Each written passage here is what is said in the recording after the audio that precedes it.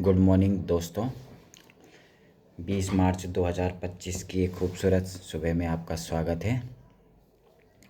मित्रों, आज हमारी चर्चा का विषय रहेगा कि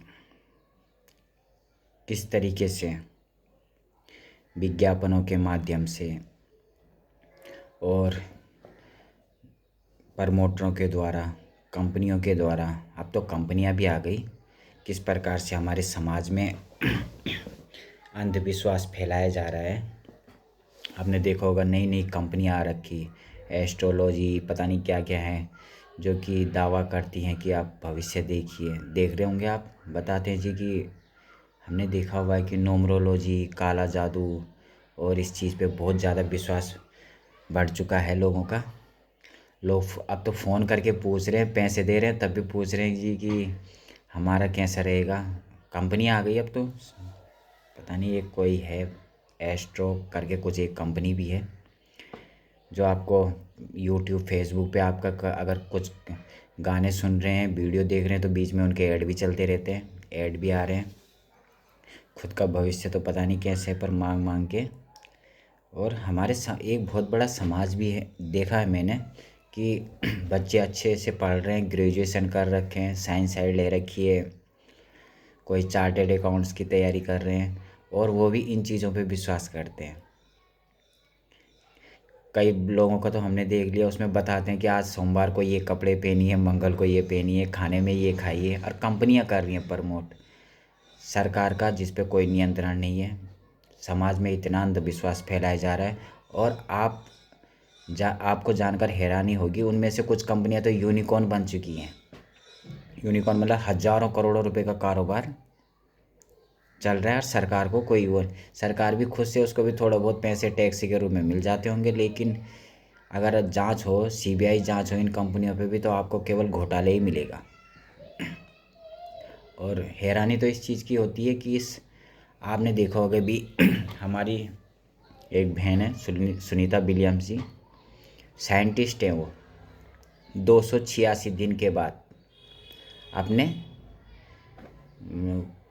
पृथ्वी पर लौटी हैं, स्पेस में थी वो। और साइंटिस्ट भी बोल सकते हैं, वैसे तो वो बिजनेस पर्सन है। एलोन मस्क उनके एयर क्राफ्ट से आए। अब उसका नाम हाँ स्पेन ड्रैगन करके था उनका, एयर क्राफ्ट से वापस आए। तो विश्व कहाँ कितने आगे बढ़ रहा है टेक्नोलॉजी के मामले में, आप देख सकते हैं कहाँ। मतलब आप सोच भी नहीं सकते कि 286 दिन स्पेस में गुजारना, लगभग 9 महीने के लगभग, कितनी बड़ी बात है। और सुनीता विलियम्स से ठीक हुआ वो फ्लोरिडा के महासागर में उतरी, और जो उसका इतना सम्मान मिल रहा है पूरी दुनिया से, गलती से अगर वो हिंद महासागर में उतर जाता तो फिर तो तब सरकार का एक ठप्पा लग जाता कि देखिए जी हमारे नेतागणों की मेहनत से हमारी साइंटिस्ट उतरी। क्योंकि यहाँ सारे साइंटिस्टों का तो कोई सम्मान है नहीं, पढ़े लिखे लोगों का सम्मान नहीं है।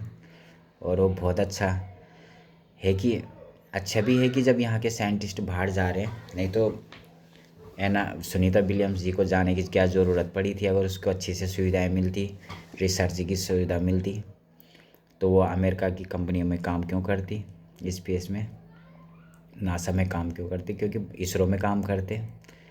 तो सरकार की मंशा है नहीं। सरकार चाहती है कि भारत की जनता अंगूठा छाप बनी रहे। और आप देख ही रहे होंगे, जो अच्छे कॉलेजों से बच्चे पढ़ते हैं या वो सीधे बाहर की तरफ जाते हैं, और लोग बोलते हैं कि जी देश छोड़ने का कारण है भी वहाँ उनको रिसर्च की सुविधाएं मिल रही हैं, एक फ्रीडम मिल रही है काम करने की, वर्क प्लेस अच्छा है, तो आदमी जाएगा ही। यहाँ तो बाहर की चीज़ें, अभी आप देख रहे होंगे भारत में बहुत कम किसी चीज़ का प्रोडक्शन नहीं, सब आयात ही हो रहा है। टेक्नोलॉजी हो चाहे कुछ भी हो, कोई भी चीज़ हो, भारत में आयात हो रही है। यहाँ बस केवल मेक इन इंडिया का ठप्पा लग रहा है, बाकी उससे ज़्यादा कुछ नहीं है। आप देखिए गाड़ियों से लेके और आपके अनाज से लेके और कई चीज़ें, भारत तो केवल जातिवाद, क्षेत्रवाद और इन्हीं चीज़ों में बंटकर रह गया। और शिक्षा के मामले में भी जब इतना पिछड़ चुका है कि इतनी बड़ी आबादी, हमारे यहाँ 150 करोड़ की आबादी है, लेकिन एक भी यूनिवर्सिटी टॉप 10 यूनिवर्सिटी में नहीं आती वैश्विक स्तर पे।